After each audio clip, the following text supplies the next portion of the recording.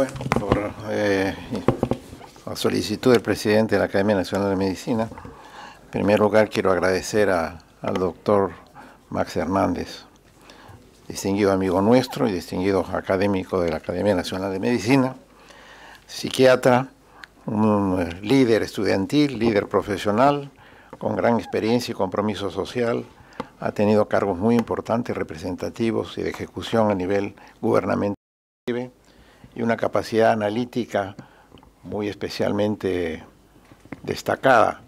Y nos ha traído ahora ese análisis crítico de una pintura, de un cuadro de Luis Montero, en donde se representa el entierro de Atahualpa. Vamos a pedir después la opinión de los miembros de la Academia y nuestros visitantes para hacer alguna apreciación crítica de lo que nos ha dicho Max Hernández con un criterio psicoanalítico muy importante. Pero yo quisiera también ver con ustedes algunos aspectos relacionados con el cuadro. Yo veo aquí, y eso nos ha enseñado Max, en 4 partes diferentes aspectos pictóricos, pero yo veo 3 mensajes diferentes aquí. En la parte derecha es la rigurosidad del conquistador. En la parte central, la posición eclesiástica, dominante, indiferente a todo el resto de cosas, y ahí está el cura haciendo la lectura, y están las gentes muy atentas. Pero en el extremo izquierdo hay un aspecto relacionado con violencia. Hay la soldadesca que está maltratando a las mujeres están con una expresión de terror, y hay un indígena aparentemente tirado en el suelo que ha sido sometido aparentemente por la fuerza. Entonces aquí hay mensajes diversos, en mi impresión, en relación con el cuadro, además de los aspectos pictóricos representados. Entonces quizá podemos abrir algunas opiniones críticas en relación con esto para que Max, que ha hecho un estudio muy minucioso de este cuadro en vivo, nos aclare y dé algunos alcances mayores en relación con lo que estamos viendo ahora. En primer lugar aquí, por favor, doctor. Buenos días. Felicitar, por supuesto, a Tomás Hernández por esta interesante exposición de un cuadro que trae un montón de sorpresas y de inquietudes, ¿no? Como bien se ha dicho, Montero pinta esto en Florencia en su segundo viaje, y antes de eso se había pasado un buen tiempo en Perú. O sea, él va 2 veces. La primera vez a Florencia cuando tiene 20, 21 años, se queda unos años, regresa a Perú y se pasa una buena cantidad de años en Perú. Luego regresa en el 61, pinta el cuadro y regresa. Una de las cosas que a mí me llamó la atención y que por supuesto más lo he explicado es el sorprendente éxito que tiene este cuadro al regreso de Montero a América.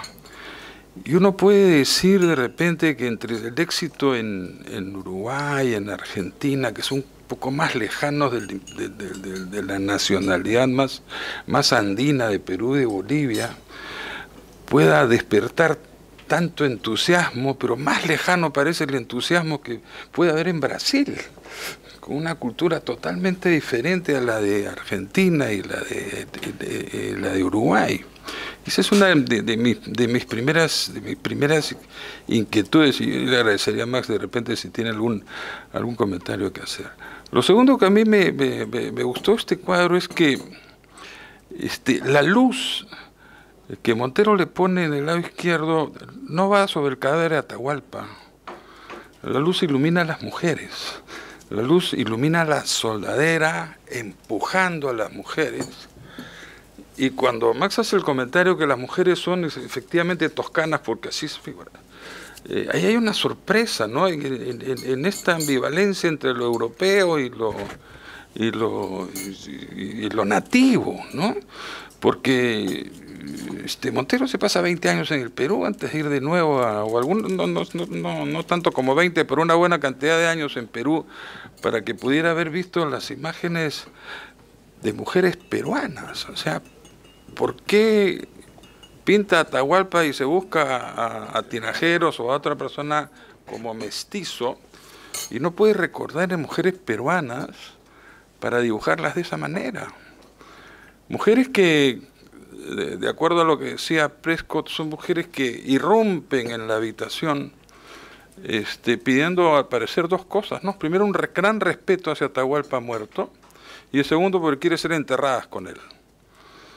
Pero la manera como Montero pinta el cuadro es de que la vista se dirija hacia las mujeres, o sea, se dirija a la crisis que ocurre entre las mujeres que son empujadas por la soldadesca.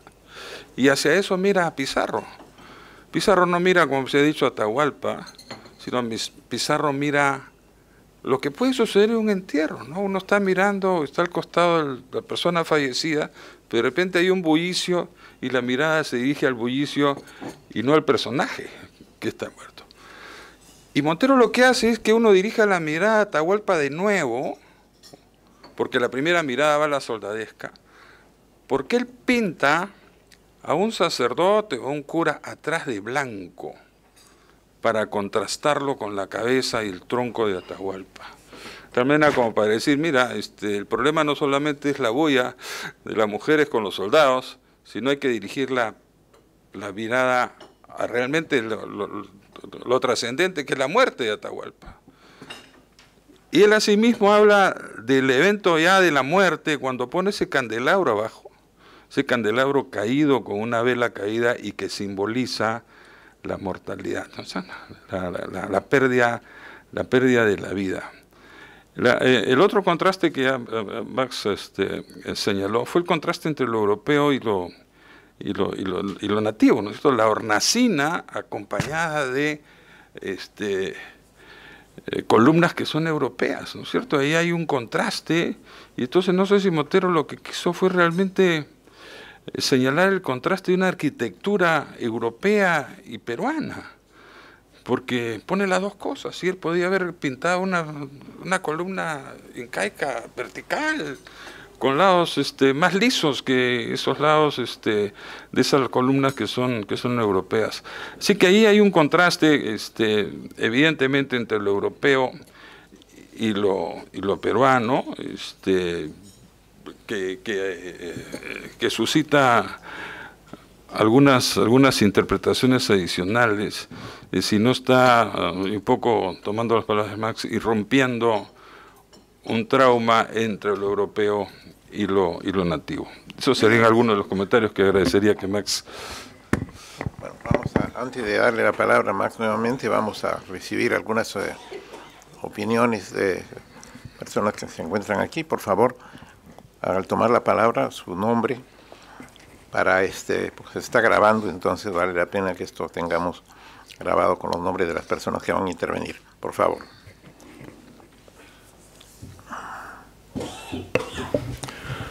Muchas gracias por ilustrarnos con tan dinámicas interpretaciones sobre este gran cuadro. Tengo 3 observaciones. Se ha hecho referencia a las imágenes de las plañideras, tal vez la colla o alguna concubina, y más que robustas campesinas, a mí me parecen que por la influencia italiana que tenía Montero, más parecen madonas italianas. La segunda es el doctor Hernández se ha referido a 2 planos, uno claro en la parte inferior y uno oscuro en la parte superior, que se puede interpretar como el día y la noche. El día para los españoles que comenzaban la conquista del Nuevo Mundo, y la noche, la decadencia, la derrota, el olvido del incanato.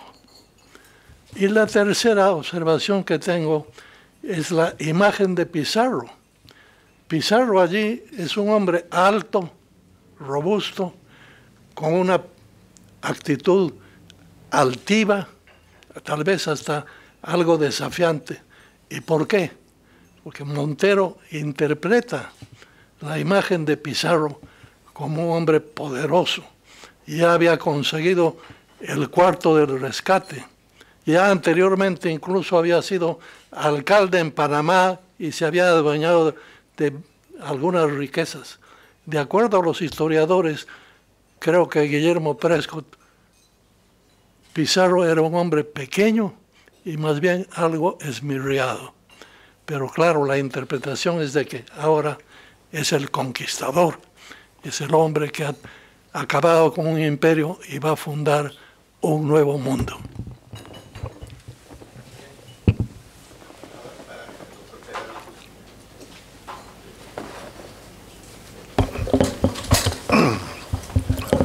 Muchas gracias, doctor Perales. Sí.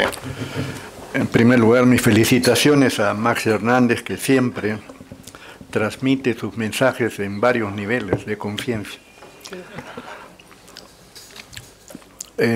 Quisiera seguir la ruta que ha planteado el doctor Agustín Isa.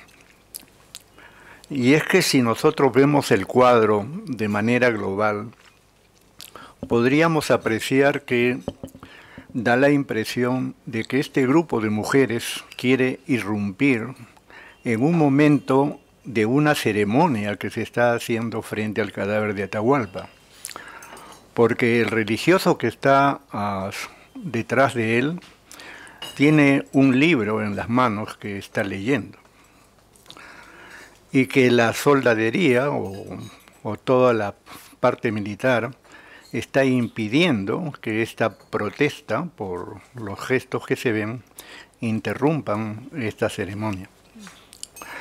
Tenemos que unir a esto el hecho de que la muerte de Atahualpa crea en ese entonces el mundo peruano, una sensación de acefalía, porque Atahualpa representaba no solamente al Inca,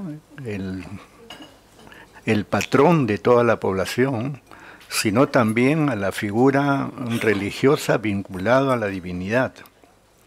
O sea, este fue un trauma cultural de inmensa intensidad. Y que justamente la costumbre que existía en ese tiempo era que cuando moría el Inca, todas sus esposas, sus concubinas y a veces también sus hijos se ofrecían para morir con él. Y se dice, algunos autores lo han planteado, de que lo que representa el cuadro es la desesperación que existe en estas mujeres para ir hacia ese cielo divino, o como le llamaran ellos, para cumplir una obligación moral como esposa o familiar, e ir juntamente con a esa situación de privilegio celestial. Dicho esto, la pregunta que se me ocurre es que realmente el autor, que fue muy tempranamente a Europa, privilegiado culturalmente, un hombre evidentemente muy inteligente, no podía escapar al problema que tenemos todos los peruanos. Por un lado somos descendientes de los incas, pero por otro lado sentimos la necesidad de identificarse con una fuerza superior que en ese entonces eran los españoles. El Inca Garcilaso de la Vega también pasa por el mismo problema. Y se ha dicho, y se repite muchas veces, que un gran problema de los peruanos es justamente su dificultad de encontrar una identidad propia. Y en este aspecto yo quisiera remarcar lo que nos dijo Søren Kierkegaard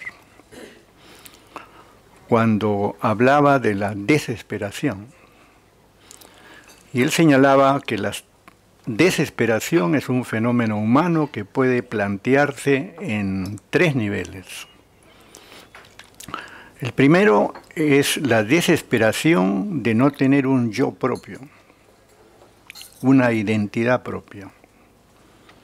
La segunda es la desesperación de no querer ser lo que uno es.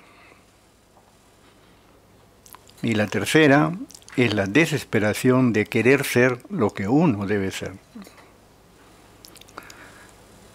Y entonces, una de las posibilidades que se me ocurren es que Montero no podía dejar de conocer esta situación de la desesperación de la población indígena frente a lo que pasó con Atahualpa, de lo que significaba la protesta que está representada en el cuadro.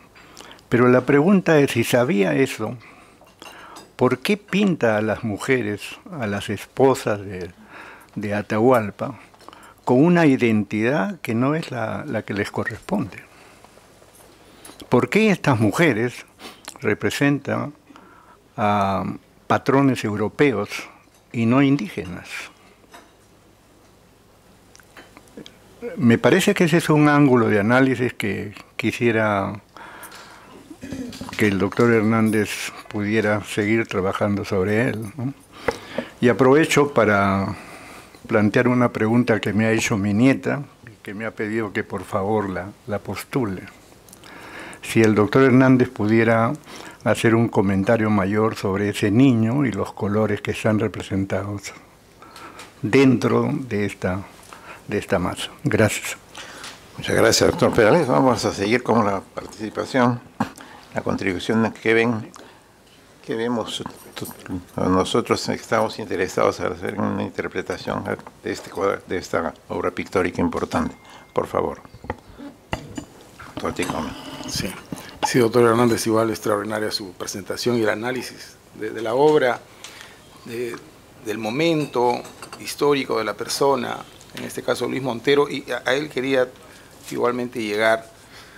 Él trabajó con mucha pobreza ya, ¿no?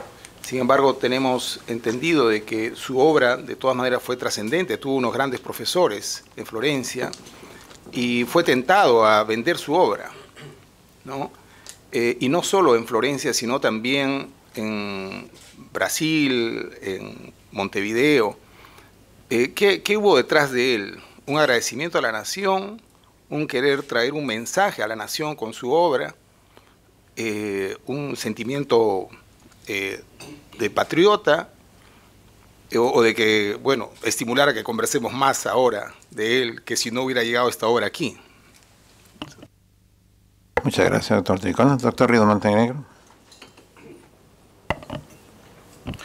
Felicitaciones, doctor Hernández, por esta excelente presentación y también a la Academia por presentarnos estas oportunidades de discutir cosas que no son necesariamente médicas y que tienen que ver mucho con la capacidad de análisis y los análisis psicológicos o lo que fuese, históricos, de como lo que representa este cuadro. Un cuadro como este evidentemente es muy complejo y un cuadro vale más que 1000 palabras. Entonces, esas palabras dependen pues de la circunstancia y de la experiencia de cada observador. Y en ese sentido van a haber tantas interpretaciones como observadores hay. Y discusiones como estas entonces enriquecen nuestro análisis e interpretación de un cuadro o de cualquier otra circunstancia. Así, lo que nosotros podemos observar en este momento posiblemente es diferente a la interpretación que puedan haber tenido los que observaron esto cuando el cuadro fue presentado, exhibido en su primer momento. Esas interpretaciones y sentimientos cambian de acuerdo con las experiencias y circunstancias que han trascendido en la historia o que han pasado por la historia. Entonces, lo que es interesante acá es la calidad de la pintura, la prolijidad en los trazos, en los rasgos, que sugieren 1000 interpretaciones. Lo que quisiera preguntar, lo que quiero preguntar al doctor Hernández es más bien apartándonos del tema mismo, cómo la interpretación de un cuadro puede hacerse tan variada, tan prolija, ¿no? Dependiendo del pintor y de su circunstancia. Gracias. Muchas gracias, doctor Río Montenegro. Vamos a darle la palabra al doctor Max Hernández para que conteste algunas de las preguntas hechas y algunos comentarios sobre lo que se ha expuesto, para hacer una segunda rueda de preguntas después. Entonces, para que no se nos amontonen las preguntas, el doctor Max Hernández tiene la palabra. Gracias. Bueno, contestar no creo, pero comentar con toda seguridad. Suño, tú planteas que hay como 3 mensajes, y sí creo que está claramente presente una actitud enyesta, idealizada. Hay quienes dicen que Pizarro jamás calzó botas, ¿ah?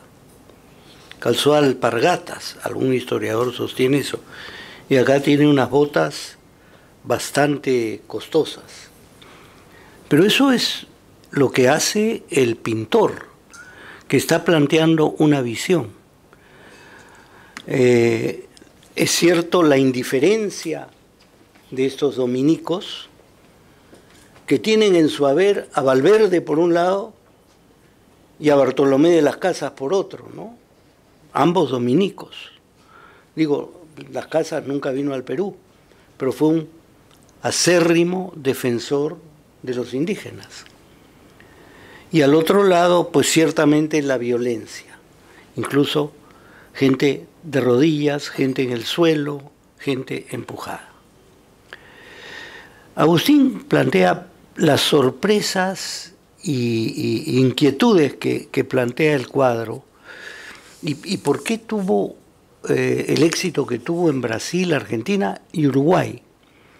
Porque yo creo que correspondía a un momento en que la metáfora de un país que digería su conquista imaginariamente, como pareciera ser en el cuadro, era un mensaje válido para países de mayor dosis de migración europea que el nuestro. No olviden las masacres que se hacen en Argentina y en Chile durante la República, ¿no? Entonces, yo sí creo que había un alegato nacionalista de América Latina. El Perú había liderado a Ecuador y a Chile el 2 de mayo. Perú en ese momento era líder continental. Entonces yo sí creo que pasa eso. Es cierto que la luz ilumina a las mujeres. Es cierto que está diciendo esa luz que el sol está allá. Pero también es interesante cómo ilumina a medias una hornacina vacía que probablemente para los liberales debía ser ocupada por otros íconos, por llamarlo de alguna manera, que no los íconos de la misa fúnebre española. Muy interesante lo que era el día para uno, era la noche para otro, sí, me parece muy, muy interesante, y es cierto que Pizarro es el Pizarro de la épica criolla, evidentemente. Yo creo que hay muchos temas acá que podríamos tratar de ver. Alberto ha planteado algo bien, bien importante. Dice, irrumpían en una ceremonia, pero esa ceremonia era ajena a las ceremonias andinas. Ahí está representado el choque de dos culturas. ¿Qué cosa es el entierro y la necropompa? Como diría el gran peruanista e historiador, que ahora se me acaba de borrar el nombre, la necropompa incaica era una cosa y los ritos españoles eran otros. El punto, creo yo, es que al plantear las honras fúnebres de esta manera, Pizarro y Atahualpa podían convivir en el imaginario criollo sin problemas. Eran dos seres honorables, uno vivo y el otro muerto. Uno vencedor y el otro vencido, pero ambos de una estatura que pertenecían ambos al panteón criollo. Uno muerto y el otro, Pizarro, también estaba muerto, pero en la imagen absolutamente vivo. Y es cierto lo que usted planteaba, doctor. Yo he tratado acá después voy a responder la pregunta de tu nieta, si puedo. Lo que usted planteaba es muy interesante. ¿Por qué volvió Montero? Y yo lo que trato de decir en esta interpretación, en la cual lo psicoanalítico es parte de la interpretación, pero es muy interdisciplinaria, no es específicamente psicoanalítica. Yo no me he dedicado a ver la vida de Montero, que es extraordinaria. Montero gana una lotería millonaria y se la da a un amigo suyo piurano, que la juega a la bolsa y la pierde. Y el amigo piurano después lo mantiene con una cifra simpática, para cualquiera de nosotros médicos, me imagino que para otra gente poco respetable, pero una cifra bastante buena, le paga durante muchos años. Montero también pinta una Magdalena, Montero también pinta un desnudo. Montero era un hombre, un vanguardista, ¿no? Pero esto, lo que trato de decir es, ¿cómo entendemos tres momentos? El de la conquista, que está detrás de este cuadro, y es muy importante que está detrás y que utilice de la conquista esto y no otra cosa. Hay un cuadro de Millet en Inglaterra, en el Albert Museum, en el Royal Victoria Museum, donde está Atahualpa sentado en su trono y lo están tirando abajo, ¿no? Es un cuadro mucho más de un momento que se sabe que es parte de una secuencia. Lo que pasa es que, claro, este inglés pone que Atahualpa está sentado sobre una piel de pantera, ¿no? Esta mezcla. Como acá, mira, para mí las columnas no son tan europeas, son asirias. Es el descubrimiento que se están haciendo en esos momentos de Asiria. Es un momento también complicado de Europa, ¿no? Europa, Hegel, cuando llega el arte egipcio, después de la invasión napoleónica, llega, y Hegel era un hincha de Napoleón, llega a Europa, Hegel dice, eso no es arte, eso es prearte. Nos llama la atención, pero es prearte porque no ha logrado abstraer la forma en su plenitud. No es arte porque la piedra sigue siendo piedra y no como el arte griego, que el mármol se transforma en forma y es lo humano lo que prima. Claro, él todavía no sabía que los jeroglíficos eran un sistema de comunicación, pero es toda la posición europea de superioridad y que en este conflicto identitario que tenemos en el Perú era muy complicado, ¿no es cierto? Porque hay una frase estupenda de Octavio Paz, dice, nosotros los latinoamericanos somos el extremo occidente, el lejano occidente, así como el Far West, somos eso, el Far West, el lejano occidente. Somos un occidente que se va desdibujando, ¿no es cierto? Yo no sé si sea así, pero el tema es que en este momento de 1800, este cuadro, cada quien debe haberlo visto de alguna manera. Es decir, les aseguro que cada uno de nosotros ha visto lo de Guerrero a su manera, lo cual no quiere decir que alguien que dentro de 50 años diga en el Perú hubo un momento extraordinario en que el Perú se había volcado al fútbol y a su capitán mimado lo sacaron del partido y hubo quienes decían, y nos vamos a dar cuenta la complejidad de cómo habíamos mirado esto. Pero de repente alguien va a decir, el mejor titular de ese momento, creo yo, es el que sacó el Trome o el que sacó la República, porque de alguna manera parece que concitaba la pluralidad de cosas en un momento particular, ¿no es cierto? Entonces digo, la conquista como trauma, un poquito borrada, reprimida, excluida. El momento de auge criollo, hemos derrotado a los españoles. Nosotros no somos descendientes de la corona española, somos descendientes de los conquistadores. Es la época en que comienza a decirse, caray, si Gonzalo Pizarro hubiera tenido la fuerza de hacerse rey del Perú, hubiéramos sido, hay gente que dice eso, ¿no? Bueno, está escrito, ¿no? Francisco de Carvajal le dice a Pizarro, Gonzalo, o te pones la corona en la cabeza, o pierdes la corona y la cabeza. Y perdió la corona y la cabeza, ¿no? Entonces, había todo este imaginario de la clase criolla que se sentía en alguna medida enraizada en el territorio peruano, sabía que había un mestizaje originario, sabía que el origen del mestizaje era bastardía e ilegitimidad, ¿no? Incluso Garcilaso, con ser Garcilaso, no fue un hijo legítimo. En esa época no se usaba tanto esto, pero no era, pues. Lo que pasa es que era hijo de un conquistador relativamente noble y de una princesa incaica, de una paya. Entonces, es el segundo tiempo. El tercer tiempo es este tiempo, ¿no es cierto?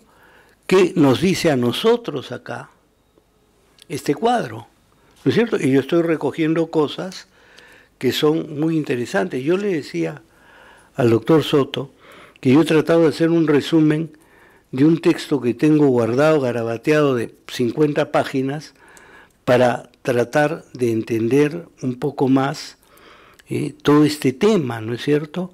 Ahora, ¿por qué este señor pintó a las mujeres, sean campesinas toscanas o figuraciones de Madonna o lo que fuera?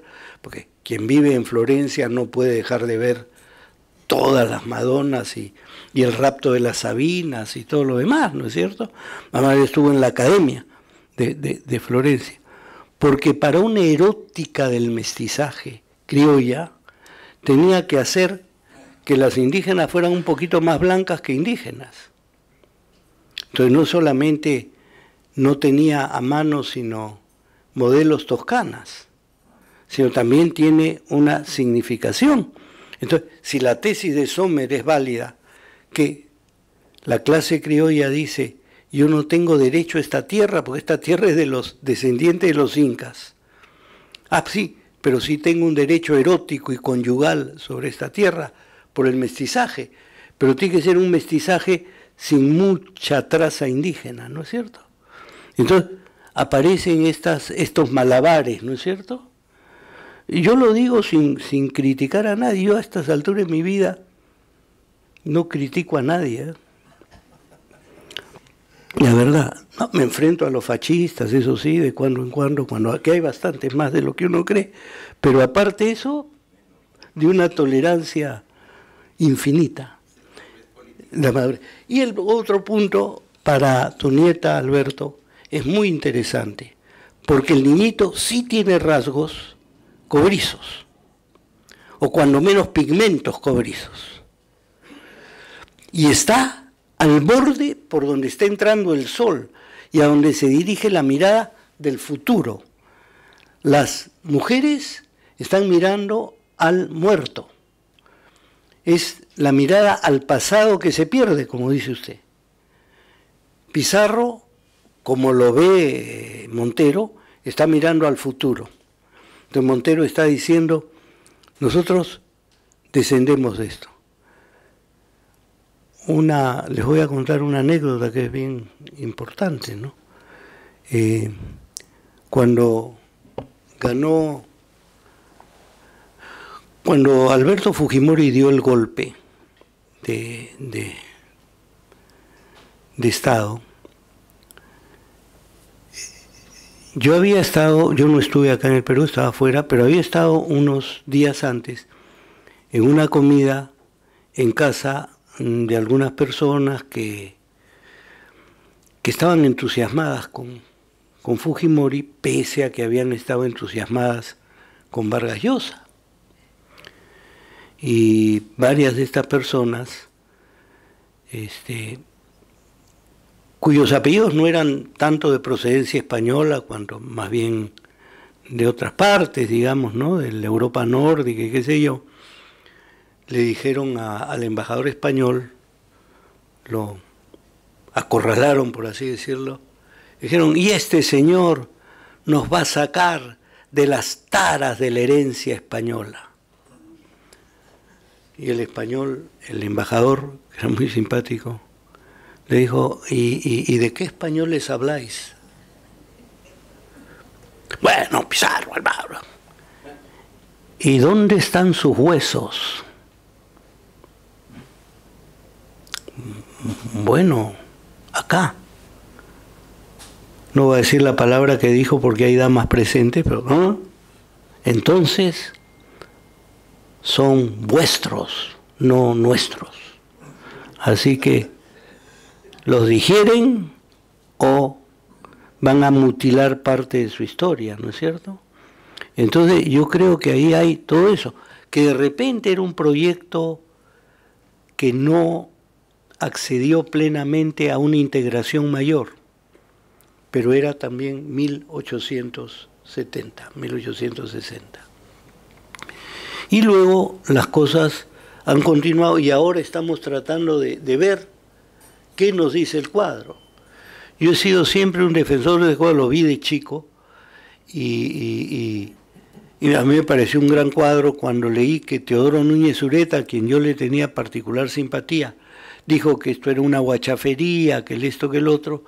Me sentí muy deprimido, ¿no? Porque dije, oye, no entiendo nada de nada, pero después le he ido ganando cierta simpatía, ¿no? Cierto cariño. Y la última cosa, Alberto, sí, la desesperación. Yo sí creo que un trauma produce una desesperación.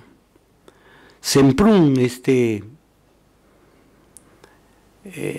español, que ustedes saben, fue militante comunista, fue primero hijo del embajador español en Berlín, militante comunista en Francia, prisionero en Buchenwald, y se salvó porque un preso, un judío, le dijo, ni de a vainas digas que eres intelectual, ¿qué sabes hacer? Cerrajería, di que eres cerrajero, así te perdonan la vida, igual que le habían perdonado a él, que era un gran intelectual y que había dicho que era carpintero, ¿no? Porque como necesitaban mano de obra. Bueno, Semprún dice, la gente dice que no hay palabras para describir un trauma. Y responde, mentira, hay palabras para todo. El trauma no es indecible, es invivible. Y sin embargo se sobrevive. ¿Qué murió en el trauma invivible que solo la desesperación puede sacar a flote? Entonces yo creo que esto es también, para usar a Basadre, a quien he estado citando tanto, parte de la terca apuesta por el sí. Esta en clave criolla, puede ser en clave indigenista, puede ser en clave de izquierda, puede ser en clave de centro, pero hay una terca apuesta por el sí que creo que no podemos basurear, ¿no? Tenemos tiempo para hacer una segunda ronda de preguntas para que pueda después contestar. Con el doctor Saúl Peña vamos a iniciar la segunda ronda de preguntas. Al micro, por favor. Al micro.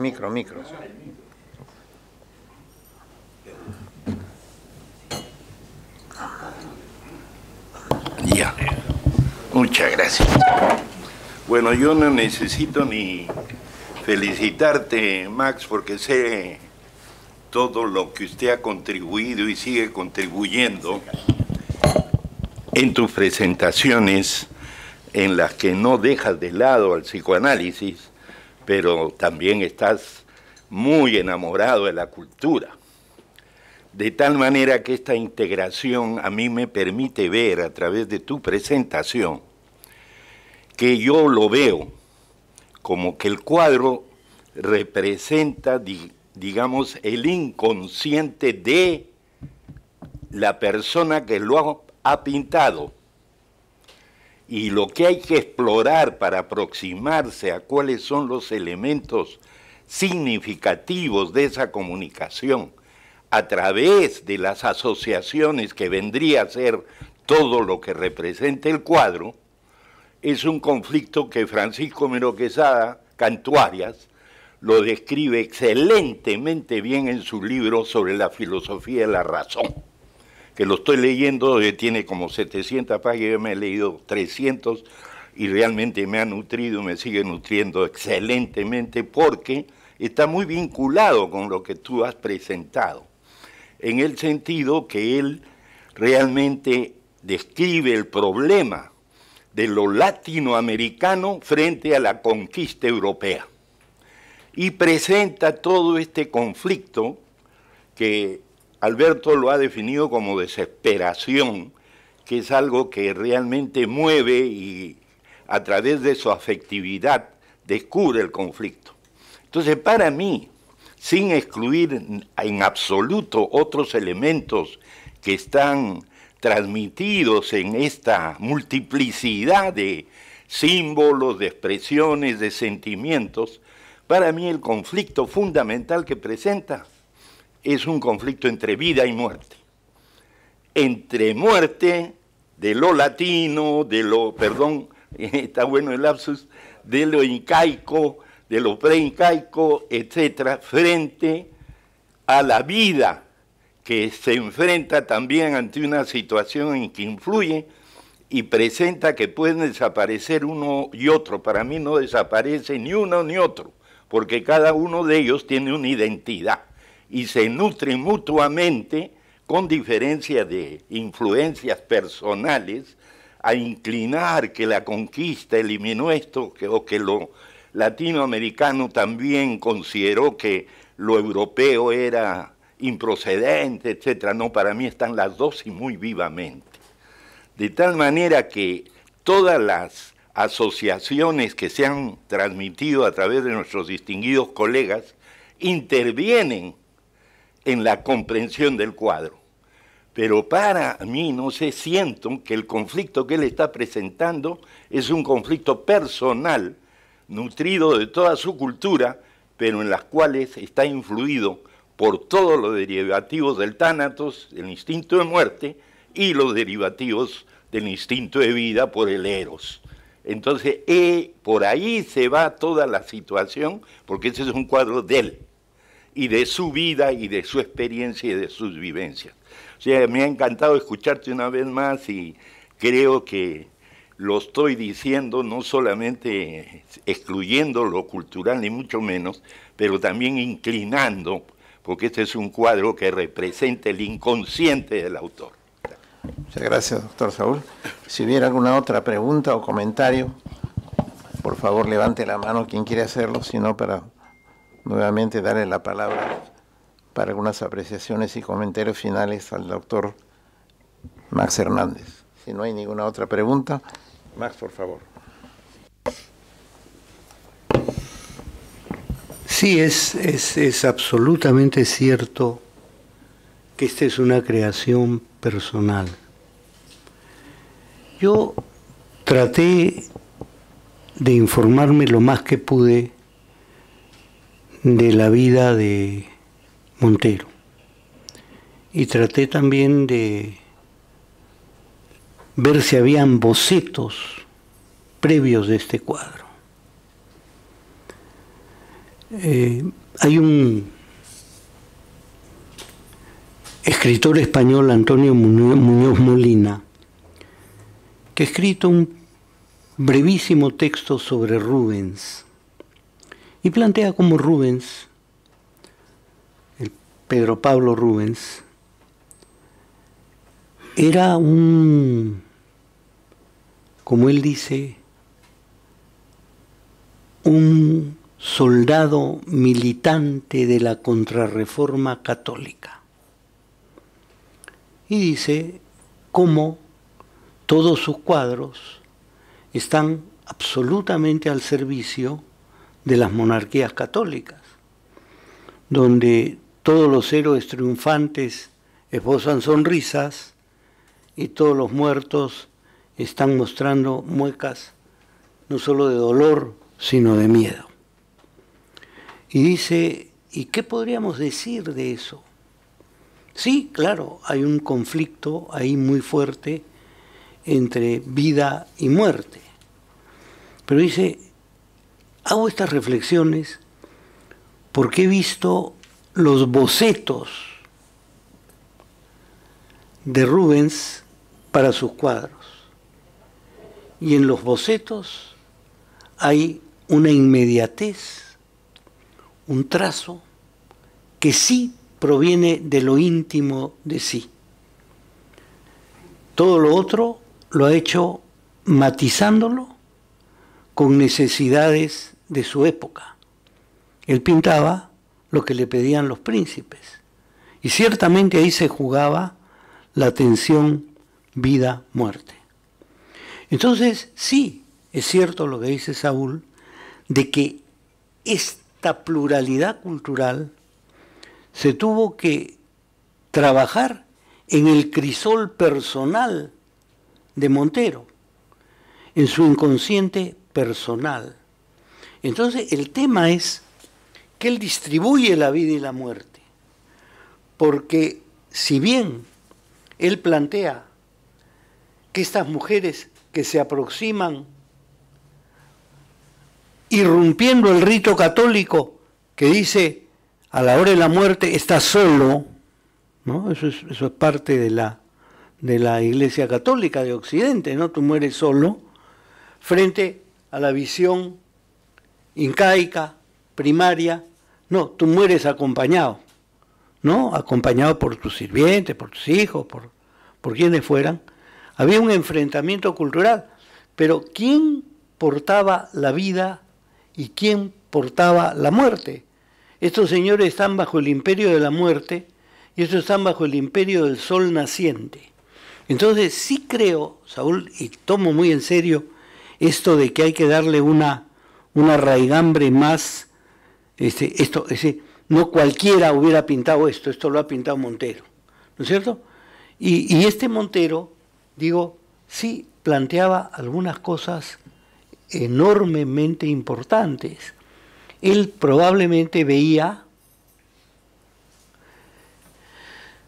que esto tenía más perspectivas futuras para un hombre que había estado en Italia y en Florencia, en la Academia, ¿no es cierto? No olviden que hay un cuadro en la Academia, en la Galería de la Academia, que ahora está puesta en el rapto de las Sabinas. ¿Y en qué consiste el rapto de las Sabinas? Si recuerdan bien, los romanos se meten a Lacio, a la parte de las Sabinas, matan a los hombres sabinos y se llevan a las mujeres. Y es parte del mito de la fundación de Roma. Entonces a él, esta suerte de cosa violatoria que ahora nos horroriza, para él era la simiente española en tierra peruana, por llamarlo de alguna manera, ¿no es cierto? Entonces, claro, son lecturas de época, ¿no es cierto? Es decir, acaba de salir un libro sobre Cortés. Lo hacen, pero puré, ¿no es cierto? Era un sátrapa, todo lo demás. Dicen que era el inventor de las relaciones públicas, se iban a decir, ¿no es cierto?, para formarse una imagen y un nombre. Yo no sé si sea así, ¿no es cierto? Hay épocas de historia en que necesitamos héroes. Se levanta, Hay épocas de la historia en que nos tumbamos a todos los héroes abajo. No hay héroes. Nadie. Oh, no, pero mira, no. Tiene pies de barro, no. Dice que es honesto, pero de chiquito sacaba langa cuando jugaba bolas, ¿no? Sí, le rompía el lápiz a... Entonces, ¿por qué sí pone un niñito mestizo en el extremo mismo del cuadro por donde está el futuro? Y el niñito, digo mestizo, pero es un niñito con pigmento. Si lo compara, mira el pigmento de la posible madre, porque lo tiene del brazo, con el pigmento del niñito. Esas son las contradicciones de Montero, pues, ¿no? Montero seguramente que en Italia pasaba por italiano, ¿no? Seguramente que no pedía tallarines en el restaurante, sino spaghetti, ¿no? Una cosa de esa. Y bueno, pero como diría Vallejo, así se dice en el Perú, perdonen la tristeza, ¿no? Muchas gracias, doctor Max Hernández. Nos ha traído en esta mañana de arte con una expresión pictórica y estática, todo un dinamismo de lo que expresa esta obra de arte y que nos ha permitido hacer una interpretación y además de dinamizar, de colocar en movimiento todo lo que se expresa en el cuadro, las apreciaciones subjetivas, las respuestas y la interpretación psicoanalítica, sociológica, como interpretación y como alcances de esta expresión pictórica. Muchas gracias, doctor Max Hernández, y le damos la palabra al presidente de la Academia Nacional de Medicina, doctor Raúl Morales, para que de las palabras finales y cierre la sesión. Gracias, doctor.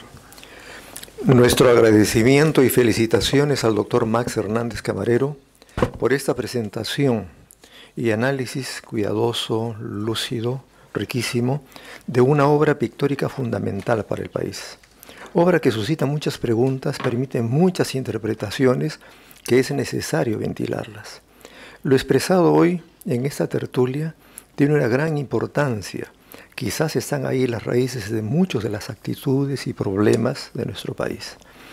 Esta deliberación es parte importante del rol de la Academia. Agradecemos también al doctor Suño Bursen y a todos ustedes. Los invitamos a la foto de familia y a la presentación de la siguiente tertulia para el mes de junio, en que tendremos la presentación del doctor Óscar Pamo Reina alrededor de Felipe Pinclo Alba, su tiempo y su obra. Muchas gracias a todos. Muchas gracias, doctor Hernández. Muy gentil. Tenga la bondad de acercarse para la foto de familia para nuestra revista.